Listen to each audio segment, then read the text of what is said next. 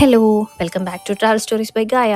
അപ്പോൾ നമുക്കിന്നൊരു ട്രിപ്പ് പോവാം. നമ്മൾ പോകുന്ന സ്ഥലം മൂന്നാറിനപ്പുറത്ത് കാന്തല്ലൂരിൽ ഒരു റിസോർട്ടിലേക്കാണ്. സംഭവം നമ്മുടെ നവദമ്പതിമാരായിട്ടുള്ള ഒരു ട്രിപ്പാണ്. അവരിപ്രാവശ്യം എന്തായാലും ഒരു മിഥുനം സ്റ്റൈൽ, ഫ്രണ്ട്സിൻ്റെ കൂടെയാണെന്ന് മാത്രം ആ ഒരു സ്റ്റൈൽ ഹണിമൂണാണ് ചൂസ് ചെയ്തത്. നമ്മളെ വഴിയിൽ നിന്നാണ് പൊക്കിയത്. പക്ഷേ അപ്പോഴേക്കും വണ്ടി ഫുൾ പവർ ആയിരുന്നു. കണ്ടില്ലേ, ഫുൾ DJ ഓൺ ആയിട്ട് ഇരിക്കണ്ടായിരുന്നു. പോരാത്തതിന് നമ്മൾ അളിയനും കൂടെ പിക്ക് ചെയ്തിട്ടുണ്ടായിരുന്നു കേട്ടോ.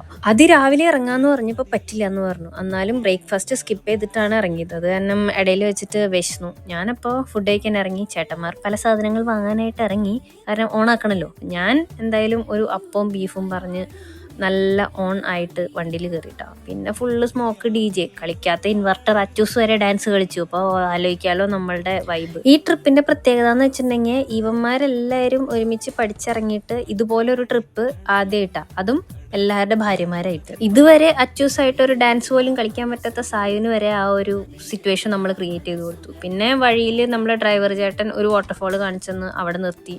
ബട്ട് അടിമാലി എത്തിയപ്പോഴേക്കും ഓഫായ ഷിജിന് അത് കാണാൻ പറ്റിയില്ല ഗൈസ്. പിന്നെ നമ്മൾ നേരെ ഫുഡ് കഴിക്കാനാണ് കയറിയത്. അതും ഷിജിന് മിസ്സായി. നല്ല മന്തി കഴിച്ച് കയറിയതിൻ്റെ ആണോന്ന് അറിയില്ല, എല്ലാവരും ഓഫായി ഗൈസ്.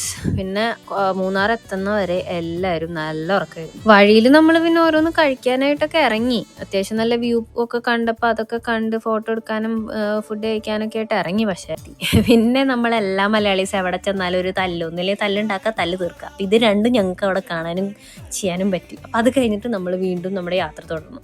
സംഭവം മൂന്നാർക്ക് എത്താൻ അധികം നേരമില്ലെങ്കിലും ഈ കാന്തല്ലൂർക്ക് എത്താൻ കുറച്ച് സമയമെടുത്തു. അത് കാരണം നമ്മൾ പറഞ്ഞു വെച്ച റിസോർട്ട് എത്തിയപ്പോൾ നല്ല രാത്രിയായിട്ടുണ്ടായിരുന്നു. പിന്നെ വീണ്ടും അവിടെ എത്താൻ നേരമായപ്പോൾ എല്ലാവരും ഓണായി. കാരണം അവിടെ എത്തിയിട്ടുണ്ടല്ലോ ബാക്കി പരിപാടികൾ തുടങ്ങാനായിട്ട്. സ്ഥലമെത്തി നമ്മളുടെ ബാഗേജ് എല്ലാം അൺലോഡ് ചെയ്ത് കഴിഞ്ഞിട്ട് നമ്മൾ പതുക്കെ നമ്മുടെ റിസോർട്ടിലേക്ക് പോയി. സംഭവബഹുലമായ നമ്മളുടെ അടുത്ത, അതായത് എല്ലാവർക്കും ഭയങ്കര ത്രില്ലിംഗ് ആയിട്ടുള്ള എക്സ്പീരിയൻസ് കാണാനുള്ളത് അടുത്ത എപ്പിസോഡിലാണ് ഗൈസ്. അപ്പോൾ നമുക്ക് അടുത്ത വീഡിയോയിൽ കാണാം. അതുവരെ stay tune. Tata bye bye, see U.